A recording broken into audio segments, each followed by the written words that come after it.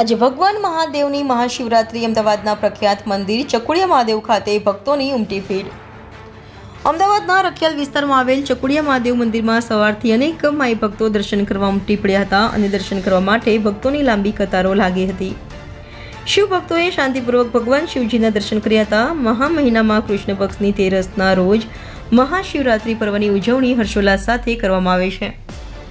અમદાવાદના શિવાલયોમાં, સોસાયટીઓમાં તથા ઘરોમાં શિવરાત્રિના દિવસે પૂજાપાઠ અને હવન કરવામાં આવે છે। મોટાભાગના લોકો તહેવારની ઉજવણી ઉપવાસ કરીને કરતા હોય છે।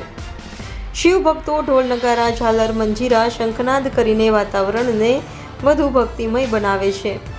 મહાશિવરાત્રિ એટલે દેવાધિદેવ મહાદેવ ભોળાનાથને પ્રસન્ન કરવાનો અતિ પવિત્ર અને અનન્ય મહાત્મ્ય ધરાવતો દિવસ। સેંકડો વર્ષો બાદ આવતીકાલે પંચમહાયજ્ઞ અને શનિ પ્રદોષનો સંયોગ આવી રહ્યો છે અને મહાશિવરાત્રિ શનિવારે આવી રહી છે।